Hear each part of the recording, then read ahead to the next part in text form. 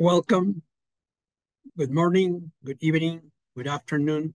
Thanks all of you for being here this time and participate in this second webinar, the last of this series, in which we want to talk about the WIPO Treaty on Intellectual Property, Genetic Resources, and associated traditional knowledge from an Asia-Pacific perspective. This is the second one because we have a very interesting event, and we discussed about this issue, about this treaty, but from the other perspective. In that session, we have Wen Welland from WIPO, who give us an overview about the diplomatic conference. Also, a very interesting presentation about the potential impact on industry by John Todaro, chair of the Pharma Committee of IPPI that was joined to organize this event. And also Professor Mutsaki Suzuki from the academia. He's the Director General of the Genetic Institute of Japan, about the potential impact on academy. Now, based on the brilliant coordination of Takeshi, Professor Komatani, now we have this analysis brought from Asia-Pacific perspective. So we are very lucky to have him as sub-chair of the Traditional Knowledge, Genetic Resources, and Cultural Expression Committee. We organize these two webinars and select these distinguished speakers. I think that you know pretty well to Takeshi. He has a very good credential as PhD in pharmacy and as visiting professor at Korea University, as well as partner in the Takashima International Patent Office. And he will be the moderator and also provide some speakers session in this event. So Takeshi, thanks for all the coordination, and the floor is yours. So let me give you before the housekeeping, should say before, that the questions to the speakers can be submitted via the Q&A box. All the Q and answer session will be at the end, please. And if you have any problems, please send a message to the chat box of the APPI events. And at the end, there is a survey, a brief one for the webinar. Thank you for your feedback. That survey is very useful for us and for the organization in order to continue doing this event. Now, with nothing further, Takeshi, thanks, and the floor is yours. Thank you, Martin. Takeshi Kumatani, and then I'll be the moderator as well as a speaker on behalf of Japan Group about this session. So I'll be introducing our speakers, distinguished speakers from the committee. In the order of the presentation, I'll introduce three other speakers. Vidisha Garg from Anand and Anand. She's talking about the situation in India. The second speaker would be Keke from China, Beijing Office of China Patent Agent, Hong Kong Limited. And the third speaker will be me. And then for the last one, Daniel Posker from Norton Rose Fulbright from Australia. Then the first speaker will be Gerd, but I'll be doing the some general introduction on the WIPO new treaty. So I'll be briefly do some presentation.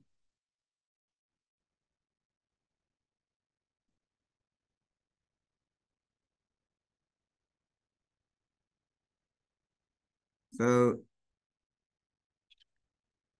I'll be doing some general remarks. This is today's menu.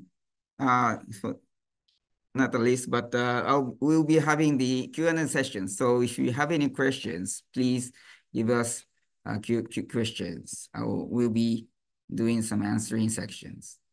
And we have 4 countries, jurisdictions in hand. So each speaker will be talking about some the national status before the WIPO new treaty, which was held in May this year, and then after that, what had happened, and then current situation, and also impact on the industry, academia, and practitioners. So, making some brief introduction of the WIPO new treaty based on the material that is available from the WIPO. As you may know, this year is a sort of a recording and memorable year that WIPO has the new treaty. As of May 24th, the WIPO members state adopt historic new treaty on intellectual property, genetic resources, and associated traditional knowledge, which we usually sometimes call it the GR80K. Now, some audience may not be a bit familiar with genetic resources and its relationship with R&D. We usually have this kind of genetic resources, which is a new material, and then that has some information about country or source. This information now needs to be sort of recorded. If you have some genetic resources, you will probably have some sequencing information based on this material, analyze it, modify it, doing some research and development. And then each and every single industry, like a pharma, agriculture, food, and cosmetics, and so on, anything about a living organism, they'll develop some products and services. And also, this is useful for academia, university researches. And some of them will be filed as a patent applications, including some directly or indirectly obtain some subject matter that may be patentable. For the last couple of years, WIPO has done a diplomatic conferences and discussions on this issue about how the genetic resources should be treated, especially the Traditional Knowledge Association. And this year, we have a 2 weeks long conference from May 13 to 24th. On the last date, we got a new treaty. What is the new treaty is aimed for and its mechanism?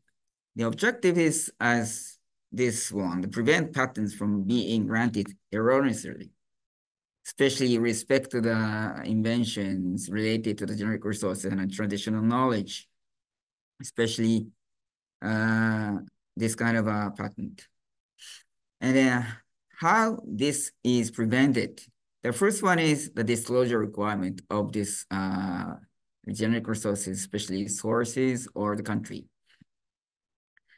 Another one, and this is also important, that the information system should be prepared for that, especially the examiner or the patent office can do the easy examination and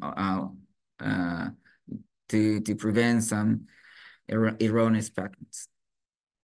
This is some excerpts from the articles of the new treaties. There are many discussions, but that one already discussed in the first seminar. So you can take a look at it, but I'll briefly introduce. The Article 3 is one of the most important article that says something to do with the disclosure requirement. What is the aim? What is the subject? What is the mechanism? For example, where the claimed invention in the patent application is based on the genetic resources, applicants must disclose the country of origin. And then there's also some important aspects about the genetic resources because this is also a traditional knowledge. TK stands for traditional knowledge, is associated, especially indigenous peoples or local community as applicable. And there are many terms of definitions that you can refer to the Article 2 of this new treaty. There are some other aspects that the disclosure requirement is concerned, especially Article 3. 3 defines when, in the case where the origin or the source is unknown, what need to be done, especially this is declaration. And then the role of the patent office, what need to be done and what is not necessary to be done. That's the patent office's duty, because if the patent office duty is too much, the function, it doesn't function. So there's something to do with the guidance. There's also the patent office to give the applicants to give opportunity to rectify and correct the incorrect information. but the patent office need not to check the verification of the authenticity of the disclosure, because this could be too much if the patent office need to do it. And also, they make information available in accordance with the patent procedures. So procedure is also very important for the applicants so that they can do the proper things. The more important, one of the other important aspects is that the post-grant sanctions and the remedies. The overall, there was a heavy discussion, but overall, the new treaty only says that patent may not be revoked, invalidated, or rendered unenforceable solely or for failure to disclose the information specified in the Article 3. So post-grant sanction is a little bit discussed and then less strict than before the new treaty came out. And there's also some section that after 4 years, there will be a review in 4 years. That means 2028 or maybe 9. How the calculation may be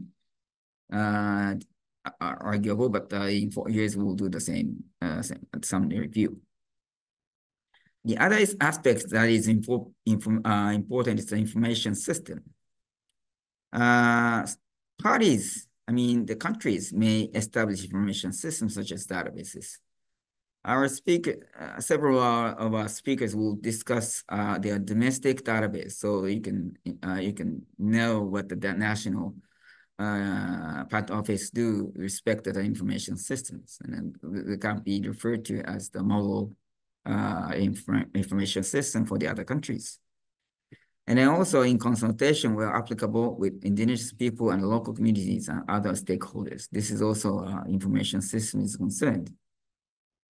And also assembly of contracting parties may establish or more technical working groups such as to address accessibility to the office of appropriate safeguards. So this is also important because this kind of a generic resource and associated transition knowledge might be very tricky and technical. So the people may not be familiar with this kind of information. So stakeholders should assist in those people, and then information system should be well prepared and accessible.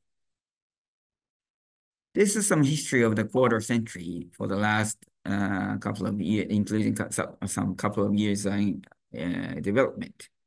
So 2024, this year is the remarkable and historical year, but we have the long history coming to this new treaty adaptation.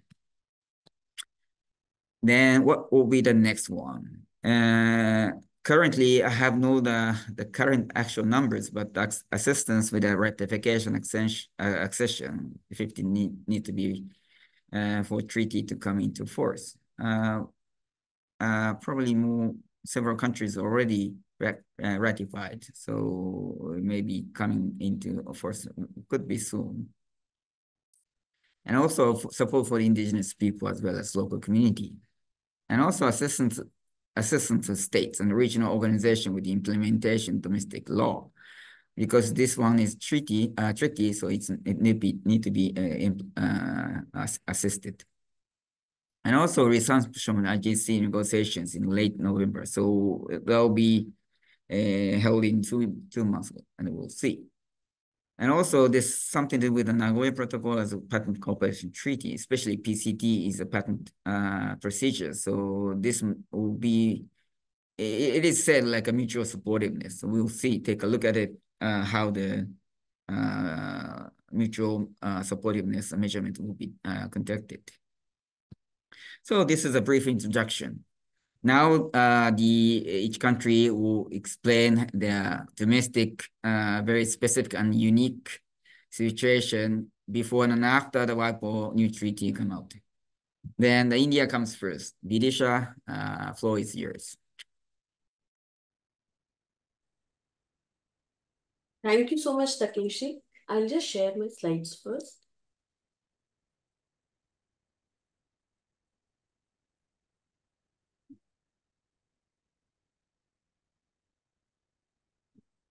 I hope you were able to see my slides.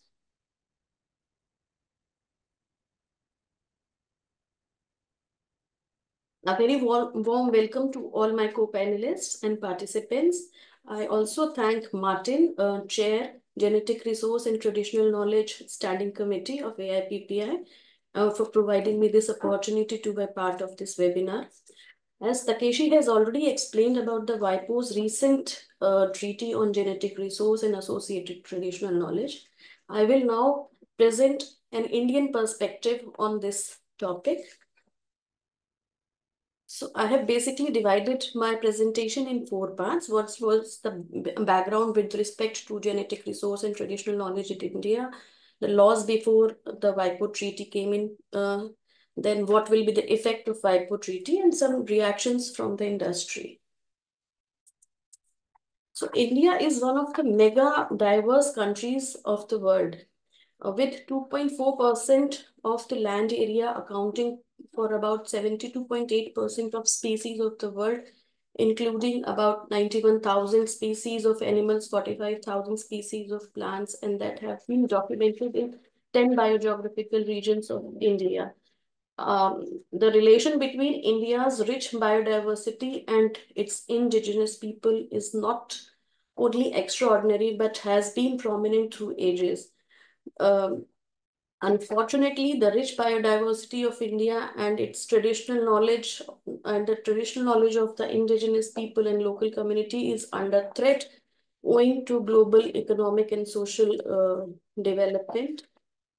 India has played a pivotal role in the previous decades on the global platform for bringing the protection of traditional knowledge at the center stage of the international intellectual property system. Considering this background in mind, India has considered, always put biodiversity and traditional knowledge at a very high pivot point, and it has enacted several laws to be compliant with the international laws. So India is already a member of CBD. It is also a member of Nagoya Protocol, and in order to bring harmonization, India enacted Biodiversity Act. This act was enacted to implement CBD. The act sets up a decision-making bodies at national, state, and local levels. It provides approval to entities seeking biological resources and related traditional knowledge. It also ensures equitable benefit sharing with local communities by creation of biodiversity fund. This biodiversity fund receives money from those who use genetic resources and associated traditional knowledge, and this fund is utilized for the benefits of the local and indigenous communities.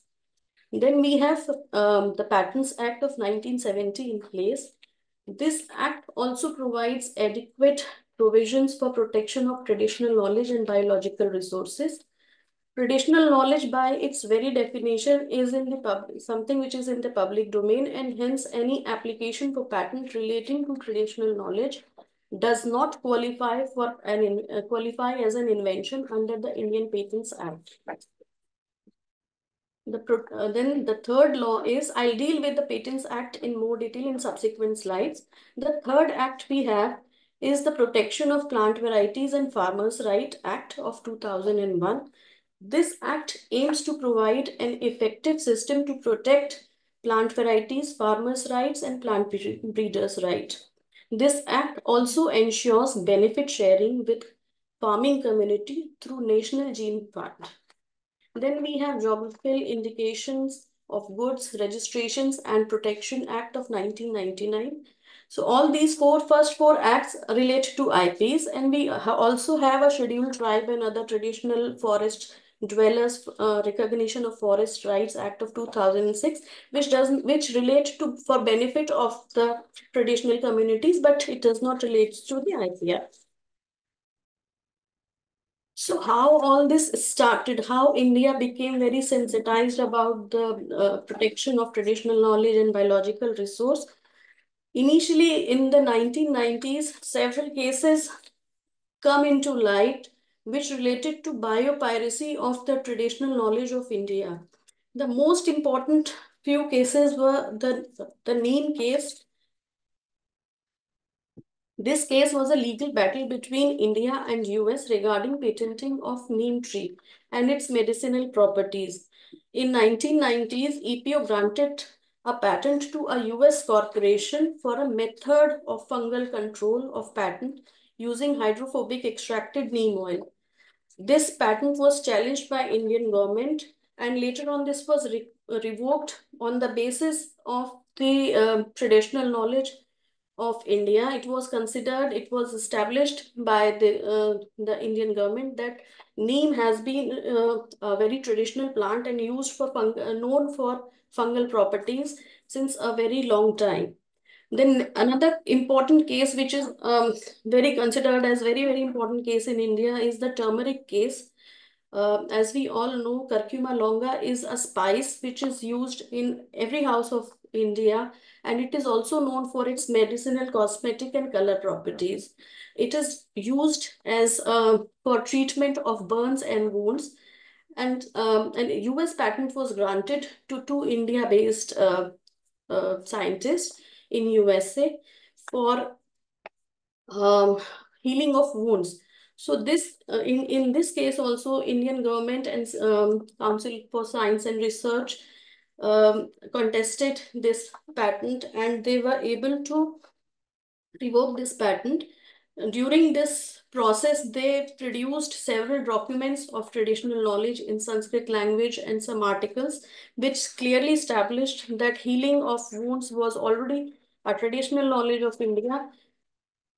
So the patent was revoked. Then there was a famous Basmati case where the Basmati is a variety of rice very well known in India, and it is now established as a geographical indication. So this patent was also revoked after a long battle. Then yoga patent was there, which some yoga postures were copyrighted and patented by an Indian NRI who in USA. Again, we had to fight a battle for this. Then there was a fight for a wheat variety of Naphal. So all these cases sensitized the policymakers in India, and they realized a need to have some legislation and systems in place for protection and conservation of India's traditional knowledge.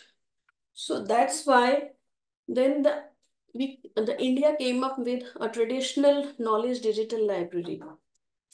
So in an attempt to provide maximum protection to its traditional knowledge and biological resource and provide benefit to the local and indigenous community, the Government of India launched this project of Traditional Knowledge Digital Library in 2001.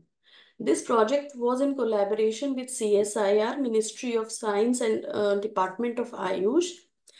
Traditional Knowledge Digital Library, which we generally call as TKDL, is a database of information of traditional knowledge in India, and it aims to prevent the misappropriation of Indian traditional knowledge. This database facilitates prior art searches by the patent offices in India, and India has shared this database with several other IPOs, patent offices. So it has been very helpful in protection of the traditional knowledge. This TKDL contains documentation of publicly available traditional knowledge relating to Ayurveda, Unani, Siddha, and Yoga systems of medicines. So this this library is available in 5 languages, which are English, German, French, Japanese, and Spanish.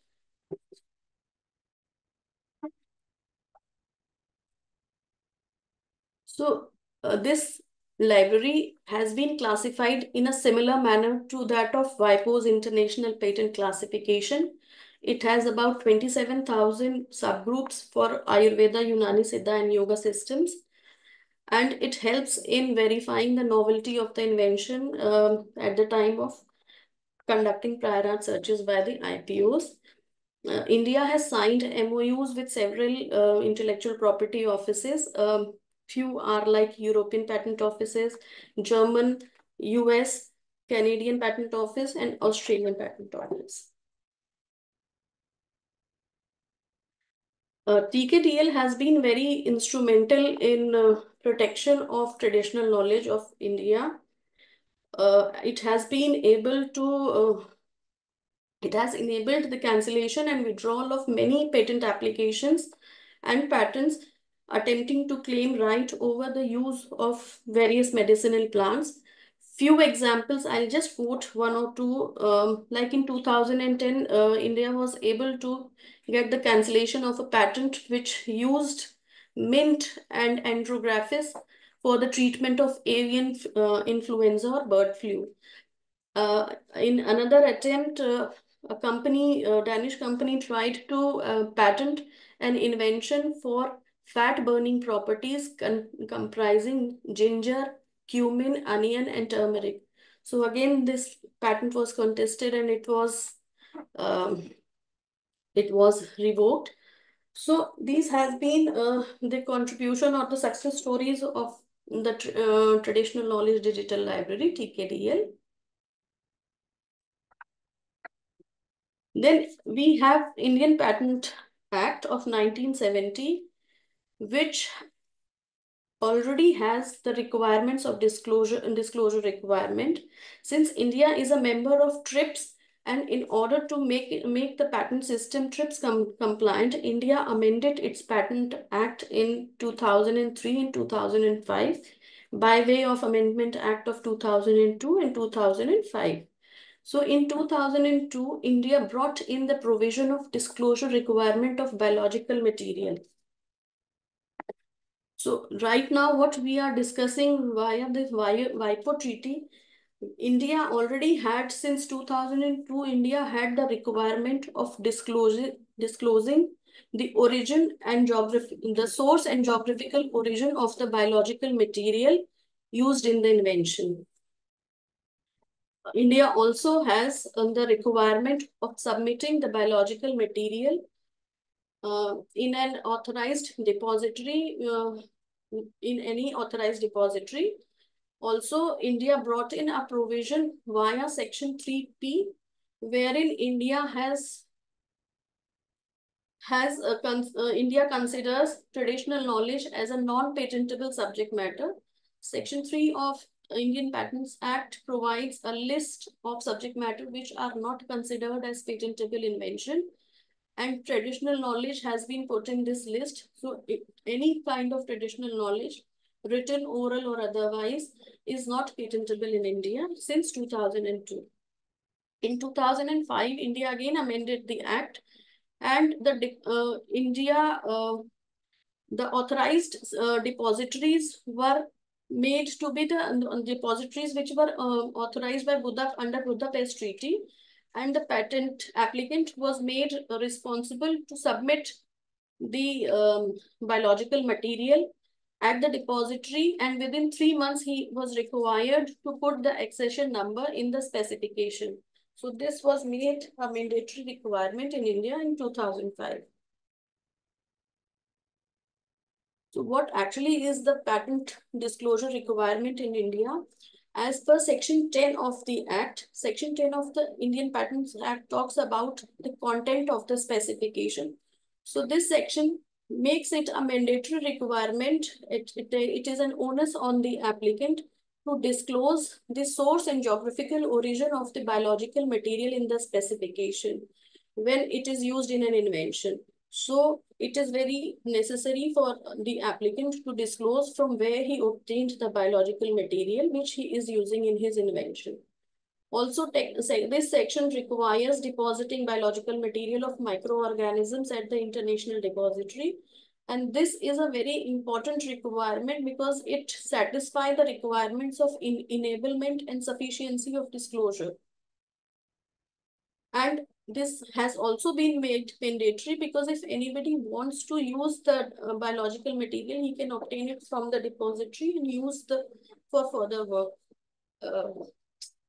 The depositories which have been authorized are microbial type culture collection and gene bank, which is at Chandigarh, and microbial culture collection, which is at Pune.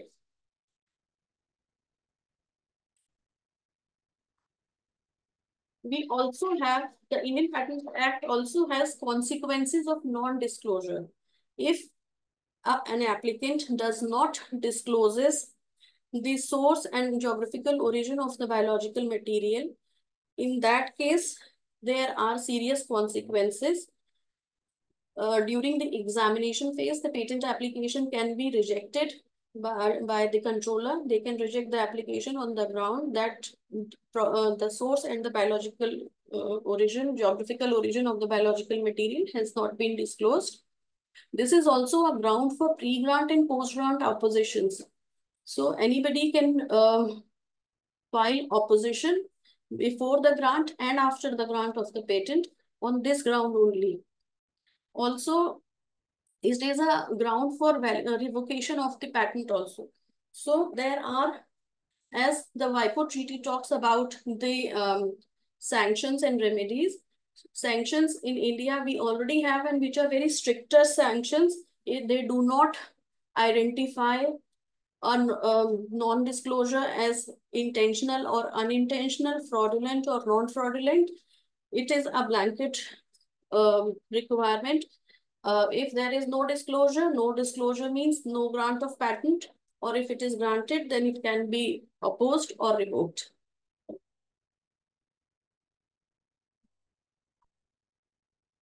Then India also has a provision where traditional knowledge has been considered as not patentable subject matter.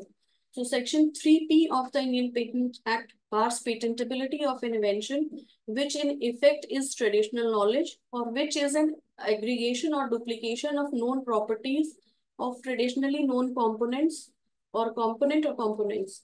So whenever an application which relates to herbal composition or biological material comes to the patent office, the examiners and the controllers refer to the TKDL database and they check whether the invention relates to traditional knowledge or not. So inventions which pertain to compositions or mixtures of herbal composition which contain herbal ingredients, biological materials, they are all labeled and categorized in a category of applications relating to traditional knowledge, and then they are treated as applications which might be attracted by Section 3P. And there are several cases where applications have been reduced. In fact, there is a data which says over about 300 patent applications till date have been rejected by the Indian Patent Office only on the ground that the subject matter related to traditional knowledge, the inventions involved patents which related to traditional knowledge of India.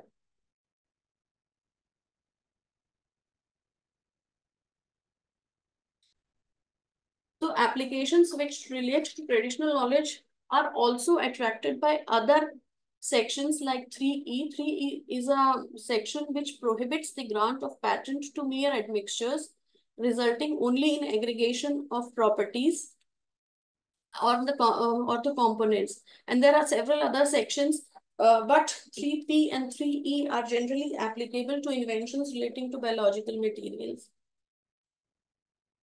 Recently, Madras High Court has analyzed Section 3P in a zero brand zone private limited versus Controller of India case, where controller rejected the application only on the ground that the invention related to traditional knowledge.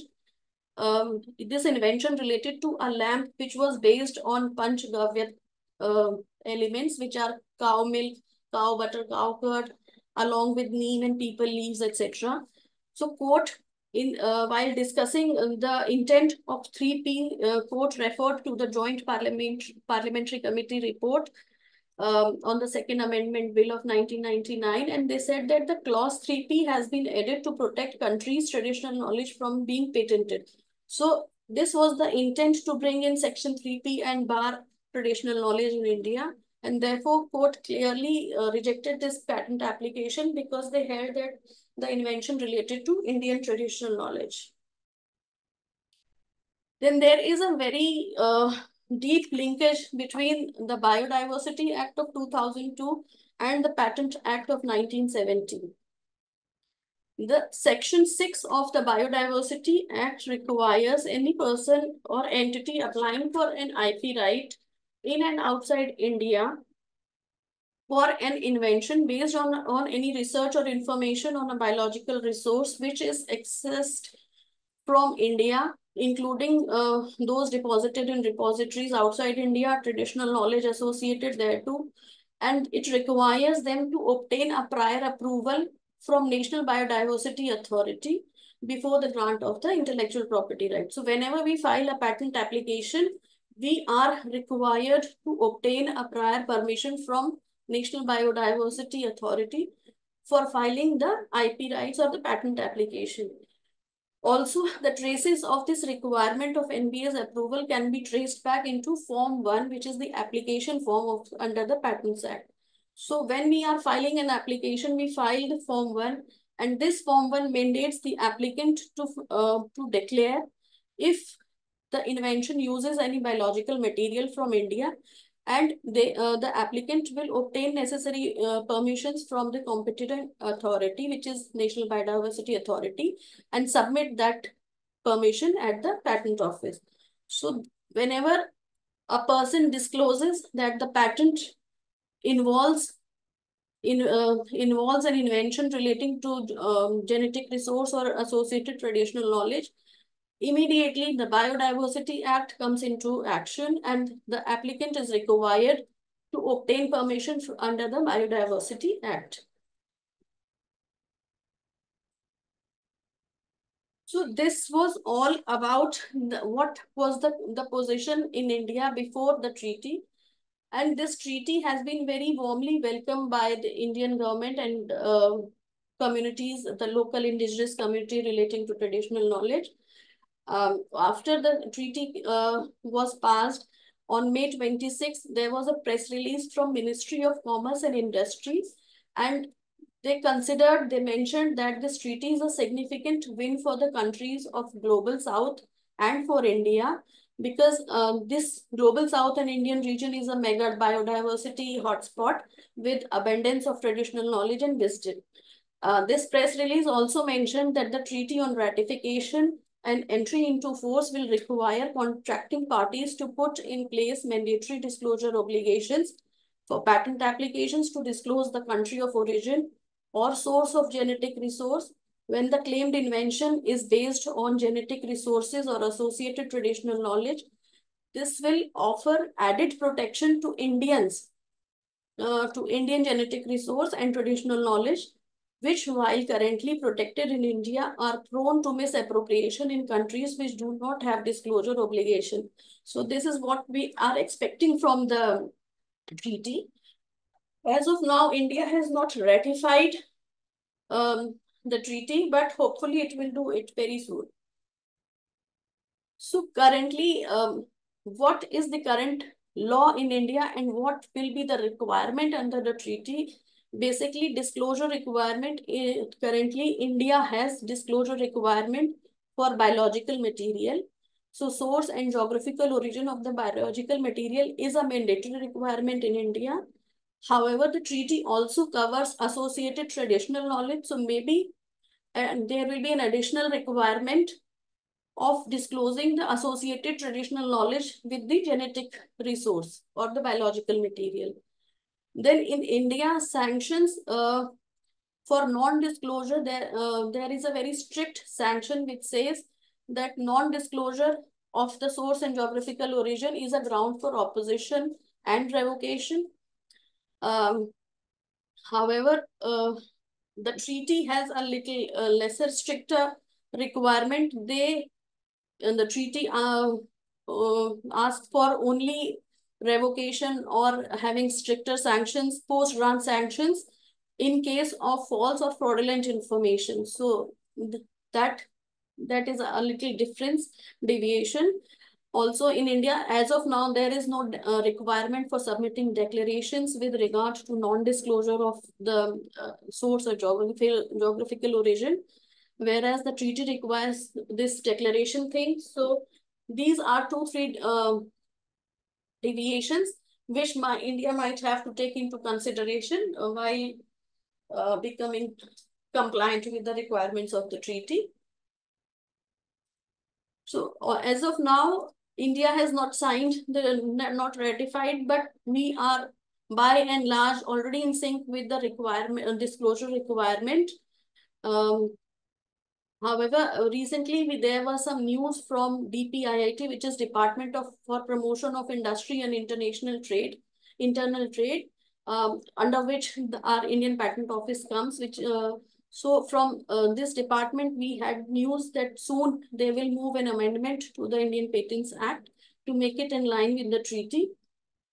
However, there is a lobby which is afraid that India might have to dilute its laws, which are very strict at present.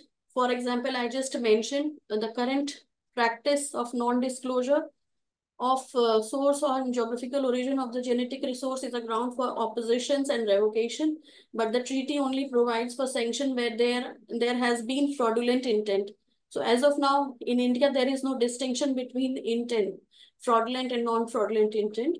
Intent will have to be therefore taken into consideration. Declaration system will have to be brought in, and remedies to rectify a failure will have to be brought in. That is not there right now. If we discuss about the industry experience, industry doesn't seem to be very happy about this because the individual practitioners, academics, and research sector in India, which involves use of genetic resource and associated traditional knowledge, is a very unregulated sector.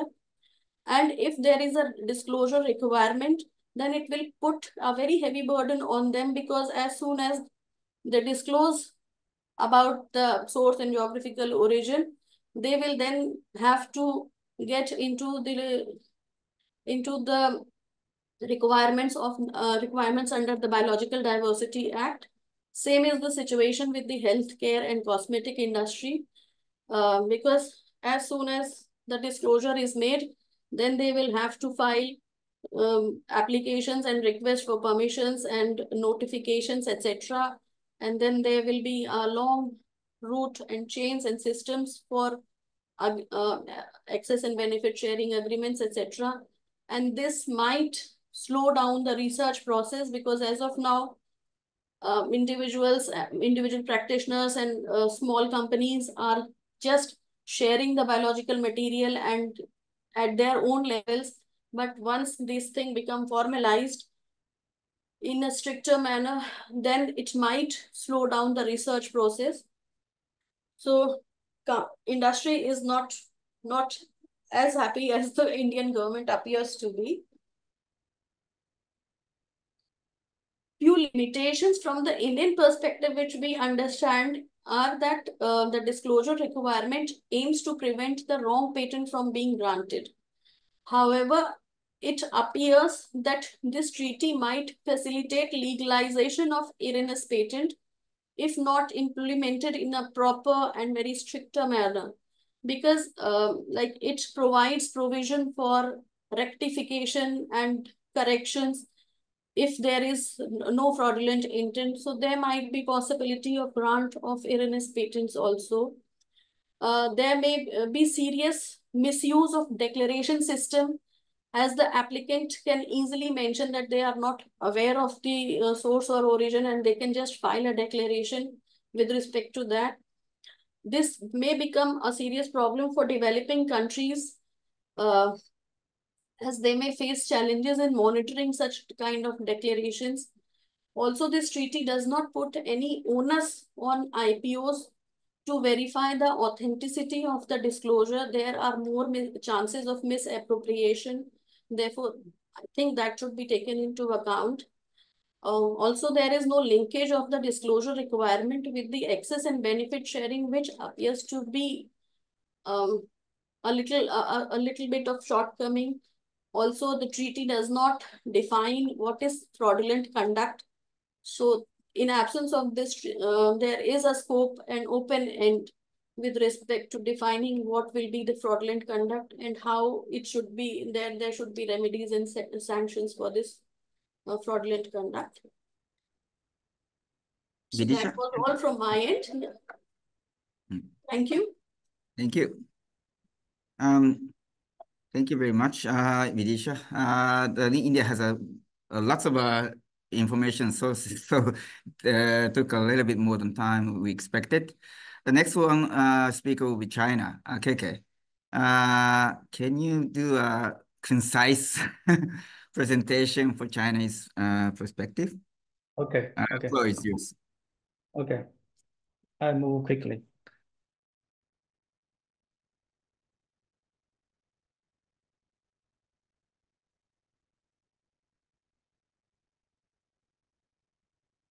Okay, thank you. Thank you, everyone. I'm Coco from China Patent Agent Hong Kong Limited Corporation. Very glad to have this opportunity to join this webinar. I will briefly introduce the impact of a new WIPO Treaty of GRITK on Chinese practice. My presentation will comprise three parts. The first part is the current practice in China. And in this part, I will briefly compare the current practice of China with the new treaty. The second part is the potential impact of the new treaty of WIPO in China. And the third part is future prospects. This part is only my personal opinion, and it's only for your reference. Okay, let's start with the first part, current practice in China. Generally speaking, China has established the disclosure requirements for genetic resource since 2009. So we have already had about 15 years experience in genetic resource, but we have not established the system for the traditional knowledge. So in this part, the introduction of the current practice in China will be directed to genetic resource only. First one is the definition of a genetic resource. The implementing regulations of China defines the genetic resources materials obtained from such as human body, animal, plant, or microorganism, which contains functional units of hereditary and have actual or potential values, and the genetic information generated using such materials. By comparison with the definition from the treaty, we could see that the two definitions are similar, but there are still some difference. The first one is the Chinese definition comprise human body, but human genetic resource is excluded from the treaty. The second one is the Chinese definition comprise the genetic information generated using such materials. Yeah, this limitation was added in the latest amendment and was just effective since January 2024. Yeah, and the genetic information is absent from the treaty. Next one is invention developed relying on genetic resource. In China, the subject of disclosure requirements is a little different from that of the treaty, but they are similar. We use the term invention developed relying on genetic resource rather than based on as used by the treaty.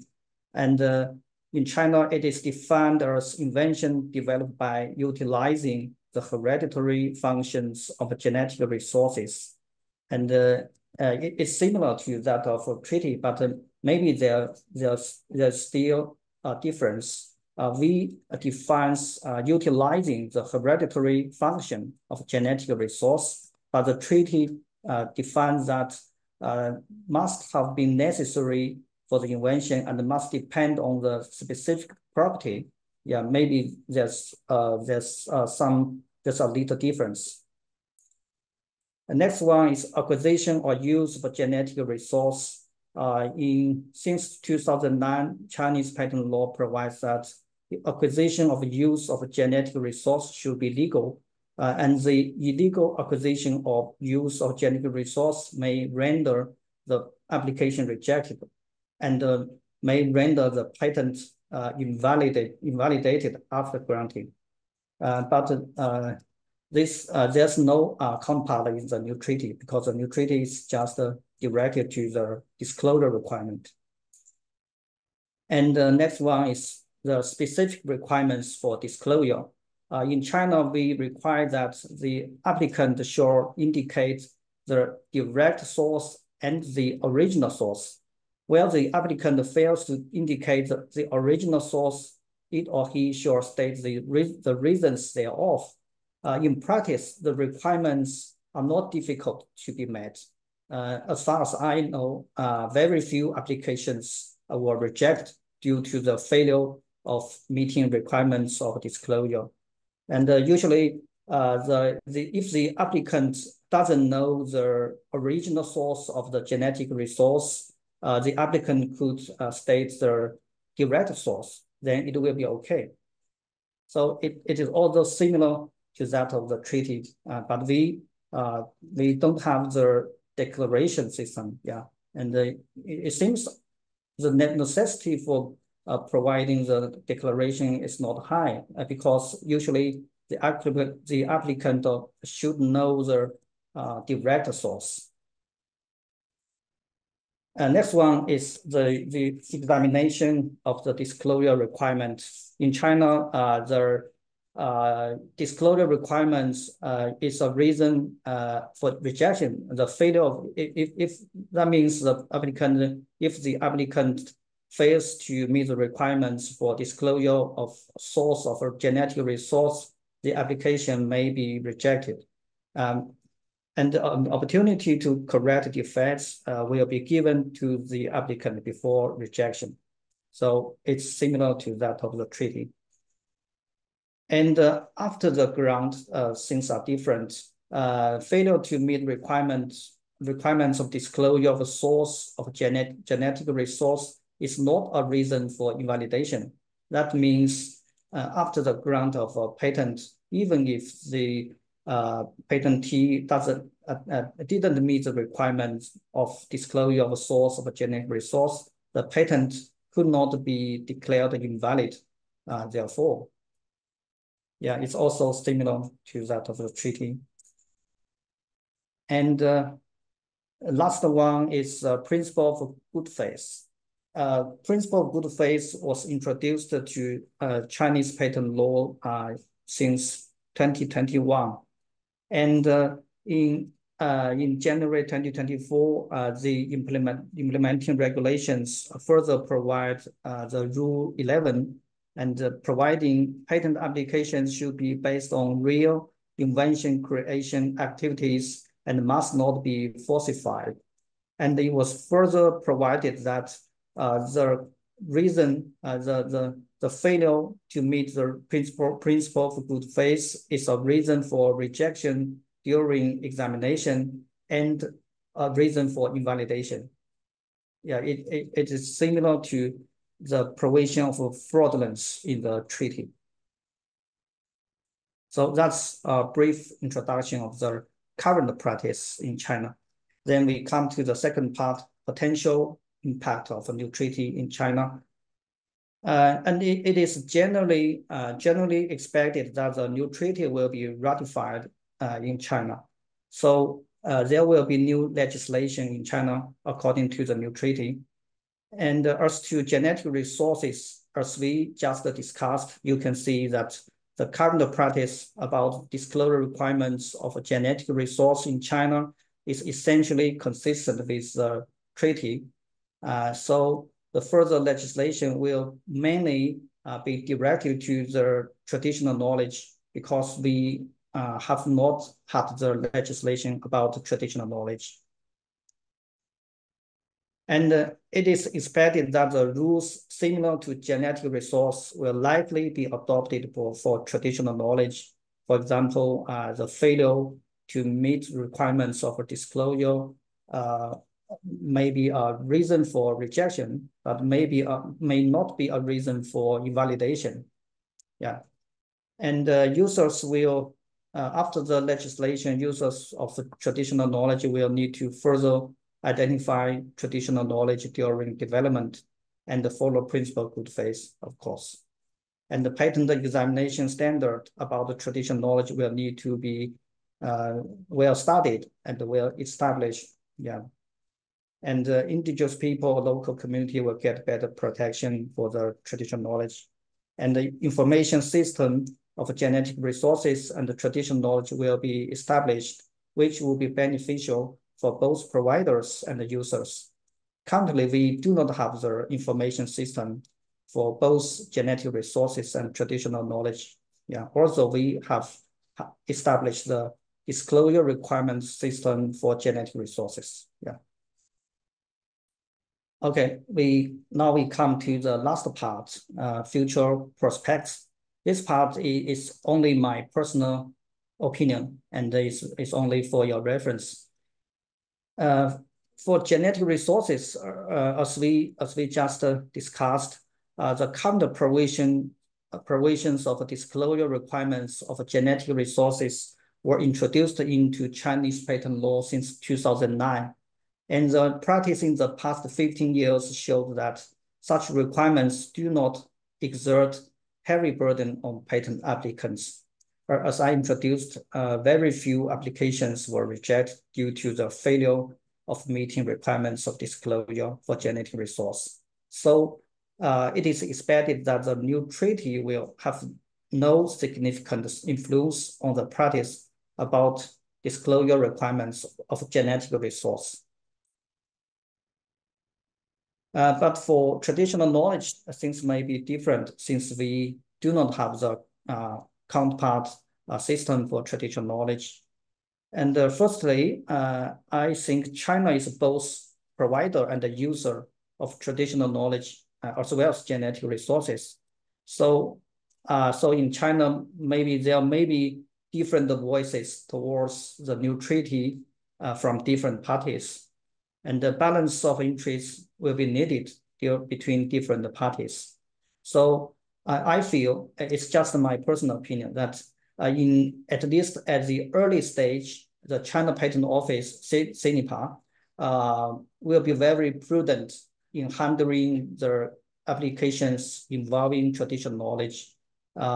With reference to the practice of genetic resource, I feel that the patent examination standard for the traditional knowledge will not be very strict, and the requirements should not be very difficult to be met. Yeah. So that's just my personal prospect. And as a new matter in Chinese law, for the system of traditional knowledge to establish the system for the disclosure requirements of traditional knowledge, there may be many questions to be addressed. For example, how to define traditional knowledge associated with genetic resources. It seems there's no clear boundary between traditional knowledge and other knowledge. So it's necessary to provide a clear definition. And for another example, how to define patent application based on traditional knowledge. Unlike genetic resource, traditional knowledge may be a part of the claimed technical solution, sometimes as a part of a background, or sometimes as a part of an inventive point. So it may be worth studying whether it is necessary to distinguishing different situations. And for another example, how to define indigenous people or local community. For example, some traditional knowledge may be developed by a specific group of people, but then published to the public. So in that case, it is still necessary to trace back to the original specific group of people. Yeah. And for another example, it may be necessary to study whether it is necessary to distinguish published traditional knowledge from unpublished traditional knowledge. And for unpublished knowledge, it is maybe important to keep it confidential, but at the same time to make it accessible to examiners. So it is still a question to be addressed and studied. Okay, that's all I want to share with you. Thank you for listening. Thank you. Thank you. Okay, thank you very much for your very concise summary of your situation. Now I will briefly continue some situation of Japan. So Japan is quite different from the other two countries so far. PDR, patent disclosure requirement practice. There's no such practice in Japan so far. So before the new treaty, there's nothing. And I'll explain a little bit about the situation later, soon. And after that, Japan government will not say that it will not join probably, and therefore no amendment in the national law level in the Japanese country as a country. But applicants, there are many applicants who may have to or may use the genetic resources and associated translation knowledge. So those applicants will have to file with the application with the foreign jurisdictions, especially including China, India, and Australia, and other countries. So their strategy will have to be changed. So I'll explain this kind of situation. Japan is sort of a very complex law system based on the German system, but some amendment after the World War II with a strong influence from the United States. And then Civil Act and administrative law has an independent development. Especially IP laws basically found based on the German law, but there are many independent development. So what it was the situation before the new treaty? As briefly mentioned, there's no specific legislation for disclosure requirement other than there's a sort of a disclosure requirement, but with respect to the enablement or the support issue, with respect to the usual context. So there's nothing about the genetic resource related. Of course, the microorganism deposit, because Japan is also a member of the WIPO Treaty, so therefore, for the enablement purpose, microorganism will have to be deposited. And then there's also a Seed Act, new plant variety. There's also some sort of deposit, but this is not really nothing to do with the genetic resources.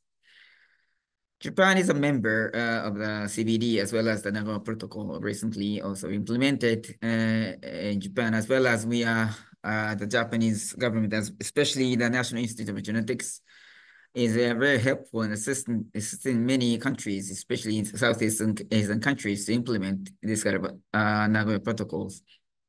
And then Japan also takes the position that the ABS is already satisfied by ABS. It is satisfied in terms of misappropriation. So our position is that WIPO's new treaty may not add anything more. Respect the indigenous people of Japan. There's one indigenous people in Japan and Ainu, so-called Ainu. That legislation has recently done with respect to the protection of their culture 5 years ago. But there's no mention about sort of intellectual property protection so far. And before the WIPO treaty came out, we did some survey on the stakeholder voices, depending on the industry field. Especially pharma, they are doing a multi-international applications, so they are very concerned about how the harmonization will be done. But their view is that the harmonization, to some extent, is necessary, and this one, the new treaty, will be the one they sort of expected. And for the other fields like food and cosmetics, they think that there are too much. So there's a tendency that they don't want to file any application or reduce the number of the application for the respect to the use of the genetic resources. And other agricultural and breeding, they tend to shift to the plant variety right filing. The academia, they are already treated with the CBD ABS, so there's nothing. But I think that academia may have to be careful because they don't understand the WIPO treaties in detail. In summary, Japan's position is that it's like this: the genetic resources are not related to the patent system, because the most of the patent invention is that some development based on the use of the information rather than the material. So this one is not really a big burden, but the burden of the users may be too much if the strict implementation will be done in the member countries, and especially cosmetic food patent applications already has a tendency to decrease. So this is not a good sign that the patent system will be used less. The profit sharing, the access problem is already taken care of by the Nagoya Protocol. So Japan already a member. So it's nothing will be added. That's the Japan's position. And after the WIPO Treaty, Japan Patent Office doesn't say anything about the official statement, but they say that informally they will not join because most of the industry do not want to do it. But the stakeholders may have to do depending on the national treatment, have to deal with this kind of influence by the new treaty. And they are sensitive in broadening the requirements, so they are still reviewing how to deal with it. On the other hand, the National Institute of Genetics is a member of this NSDC, which already started collecting countries' origin information. So this is already done so far. So as I mentioned, that the industry will have the great impact, and then practitioners will also may have to deal with each country's practices. So we are also collecting lots of information, and today's webinar may be helpful in understanding how each and every national jurisdiction will take care. Academia sometimes will be concerned because academia is a source of the innovation these days. So JP stakeholders concerns that there should not be too much burden. So it may shift to the trade secret rather than patent filing. This might be an unexpected outcome of the too much burden. So that's it. So the floor is yours, Daniel, Australia. Thank you very much. Let me bring up my slides.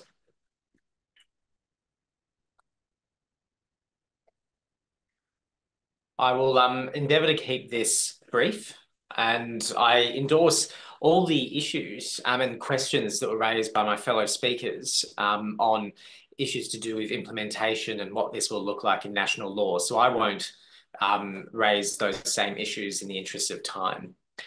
I'm going to start off by acknowledging country, and I'll explain what that means and why that's relevant to this presentation when I'm done. So I am presenting to you today from Sydney, and I want to acknowledge the Gadigal people of the Eora Nation, who are the traditional custodians of this land on which I grew up, have my home, and where I work.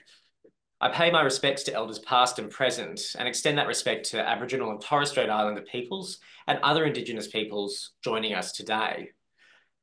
In Australia, at educational, business and government events, we commonly acknowledge the Indigenous peoples who've lived on and cared for the land for thousands of years before British settlement. We do this because since settlement, Indigenous peoples in Australia have experienced a history of exclusion from Australian history and society.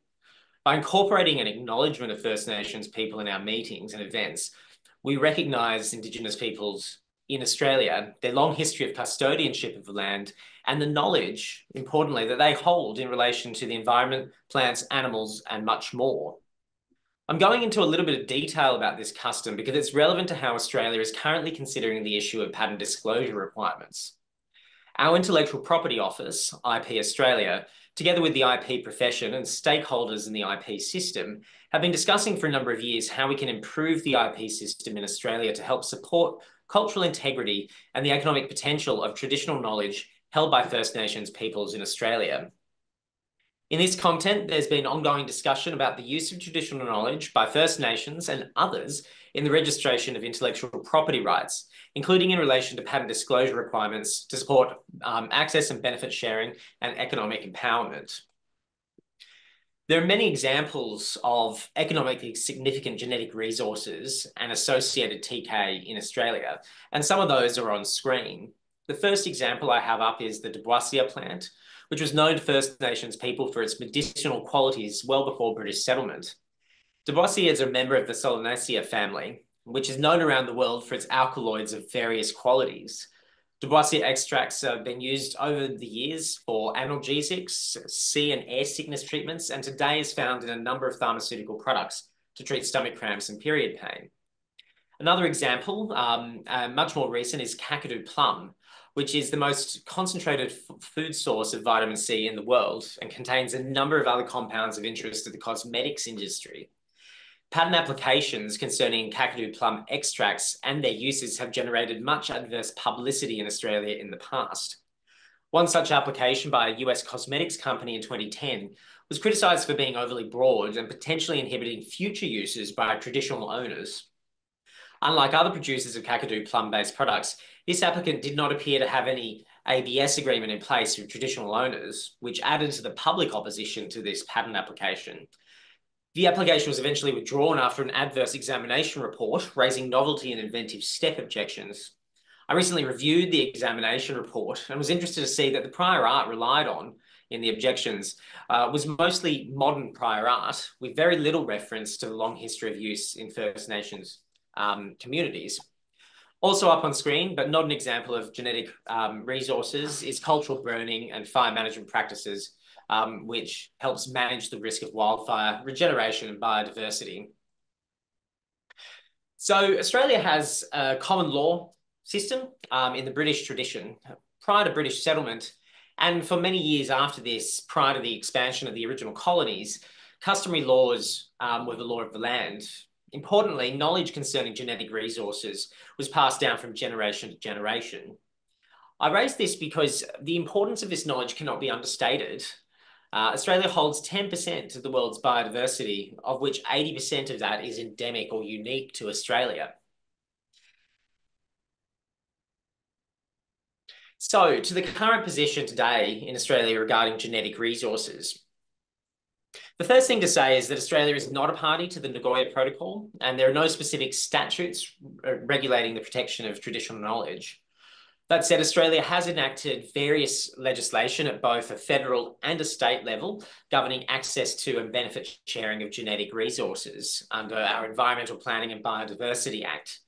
If biological resources are for commercial or potential commercial uses, the permit to access at least genetic resources on government land will not be granted until the applicant has entered into a benefit sharing agreement with the provider of the biological resource. Focusing on Australia's IP statutes, the Australian patent system does not currently require an applicant to inform IP Australia if they use genetic resources or associated TK.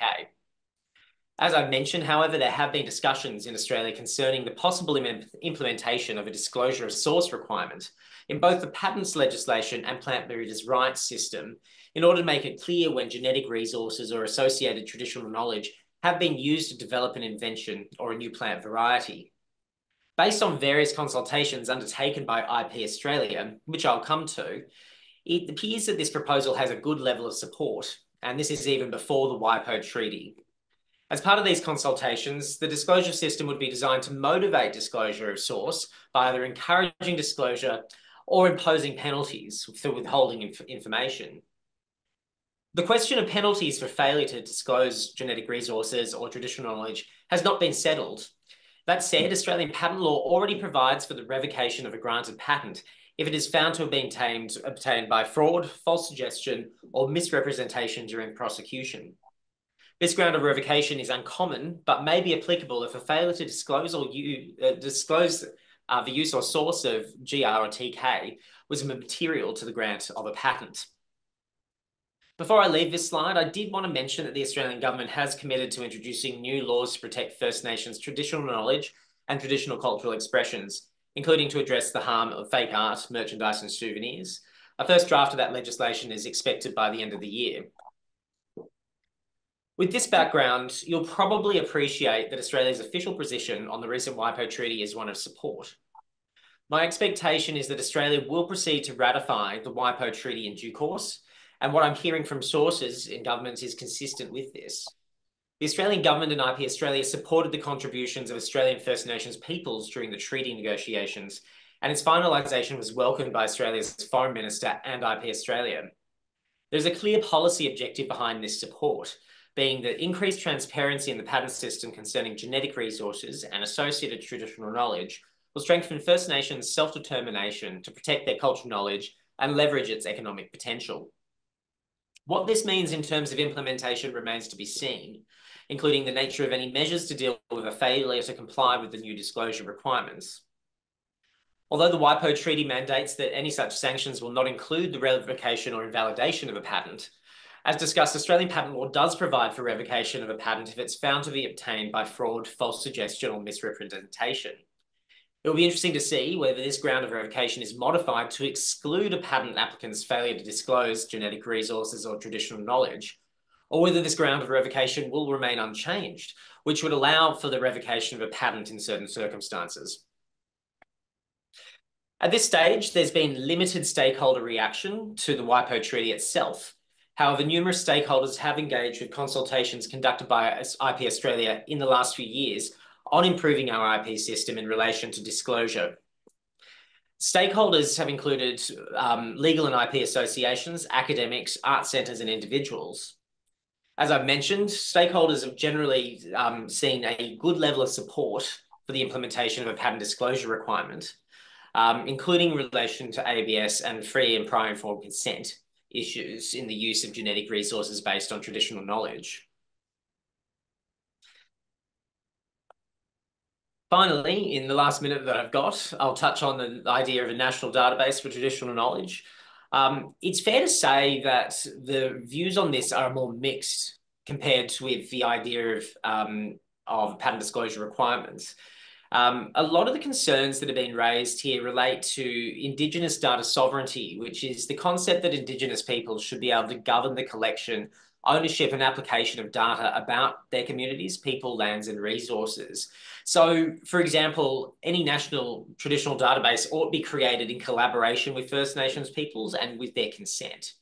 So other concerns raised include loss of control over traditional knowledge and security concerns for secret or sacred knowledge, especially in cases of data breaches, where the database is meant to be closed and not open to the public. Given the mixed response, I'd expect there's more work to be done in terms of a national database that would be accessible to patent examiners both here and in Australia. So to sum up, from my perspective, it looks likely that Australia will ratify the WIPO Treaty. That will be a process and it takes time. It does remain to be seen how Australia will implement the requirements of that treaty in our national laws. But the consultation process started a number of years ago. And I will leave it there. Thank you, Takeshi. Thank you, Daniel, and thank you for concise presentation. Okay. Now we still have some 10 minutes left, so we can do some panel discussion and Q&A session. So far, it looks like no questions from the floor. So, but we can still have some questions already received from the audience. Oh, is that something? Okay. There are several questions so far, but 7 questions. So maybe we have 10 minutes. So that was the first question is a very general question about the WIPO new treaty. So do you think that the harmonization is already done, or do we need to do it more? Maybe second one is CBD Nagoya Protocol does add burden. So maybe it's better to have some second question. Stakeholders have been dealing with the CBD Nagoya protocols. There's a new treaty add burden to the stakeholder. Do we need to disclose additional information, practical point of view? The audience, the panelists, probably India has already have some long history of practice. Do you think that uh, the new treaty will add something or unchanged?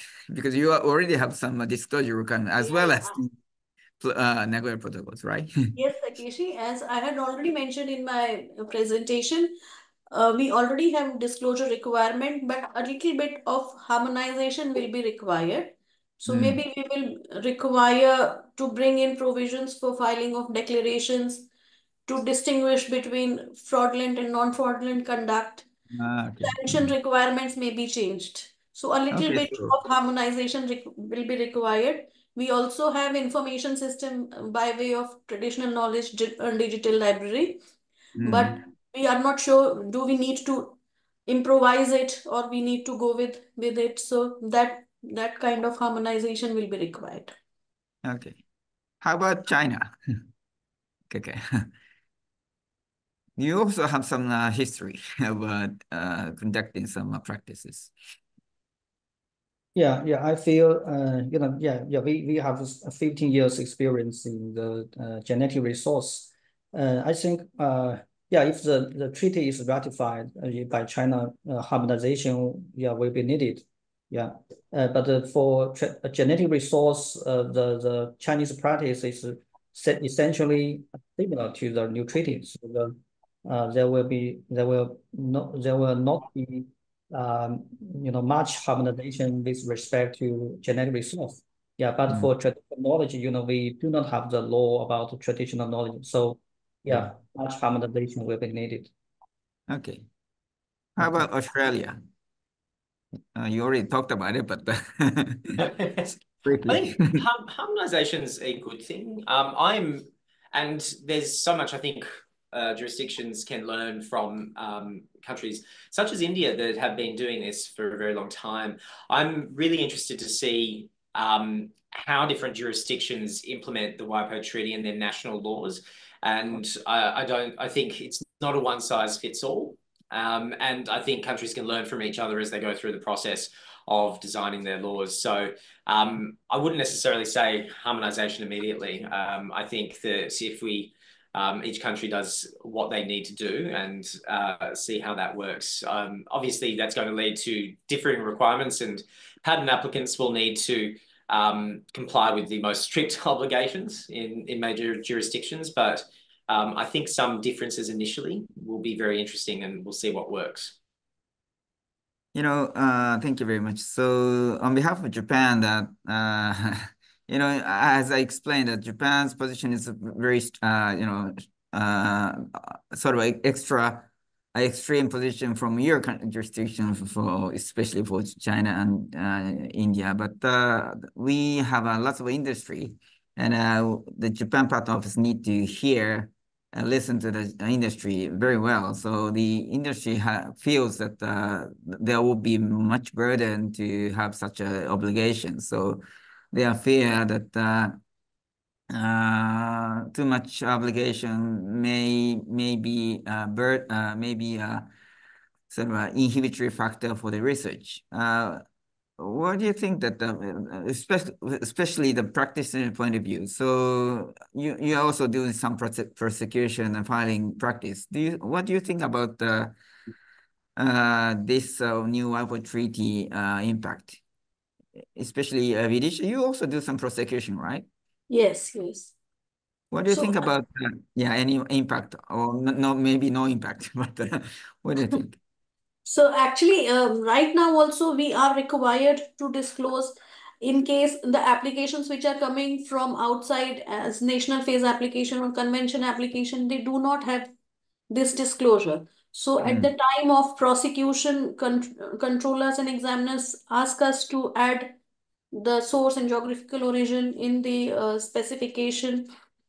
So that is done, but definitely it will be a burden for the stakeholders to make a log of this information and that include it. And I think if harmonization is done and declaration thing comes into force, then that will be an added burden to file declarations. And it will also be a burden on the patent offices to keep a check or to check the authenticity of those declarations. So as a practitioner, you are not really, what do you think? The too much burden for the clients maybe not really a good thing for you or as a practitioner, or what do you think? No, definitely it will be a good thing for us. It will be an added thing. That is not an issue, but the issue becomes that as soon as we make a declaration of or we disclose the geographical origin or the source of the biological material, immediately the stakeholder or the applicant gets into the web of Biodiversity Act. Then they need to obtain approvals because the Biodiversity Act is very clear, which says if you are using any genetic resource of Indian origin, then you must take permission or you must inform the Biodiversity Authority. So that is an added burden. And these two authorities, the Biodiversity Authority and Indian Patent Office, they work separately and they work in their own ways. So that will be a very added burden, great burden. Okay, thank you. We still have 1 minute. With respect to the information system, I understand that India also has the information system as well as Australia. Do you really have this kind of information system, or not really? Or Japan has government per se don't have, but some private the National Institute may have. Where do you think that the information system is prepared by the individual countries? But do you think that international cooperation may be necessary to have a harmonization with respect to the information system as well?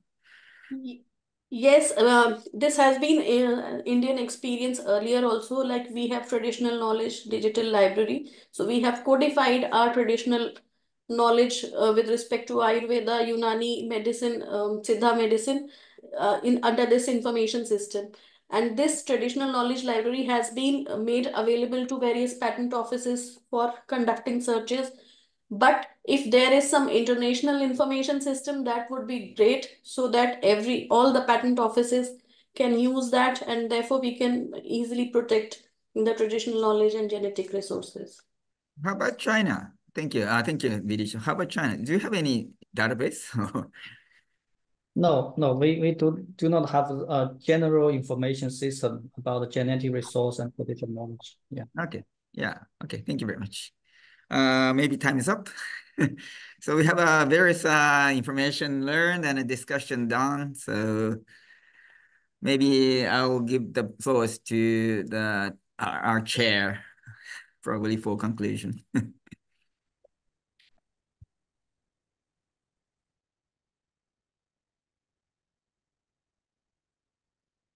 Yeah, muted.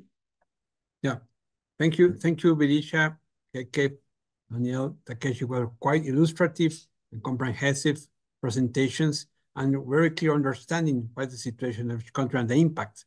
So let's see the next steps to be followed under the international level as well as the national legislation. And for instance, Mexico, despite its member of the Nagoya Protocol, has not and this is patent disclosure requirement in the national law. So I think we'll follow the treaty, but to share experiences will be very interesting. And it's very, as was saying before, a good beginning for the next stage of the committee in the IPPI to continue studying this issue, how will be the impact. I will really appreciate, and also I expect to have all of you, all the audience who has been very gentle to attend this, to be in the Congress in Guangzhou. We will have a meeting, a committee meeting, so you are invited to attend it, and hopefully we will see you in Guangzhou. Please take note that registration closes on September 20. We're closed. There's a lot of protection. Our Chinese colleagues are working very hard on this event. So we are looking forward to have you, and thank all of you. Thank Cinzia, Elsa for all your support, and all of you, thank you all. We'll see you in one show. Thank you.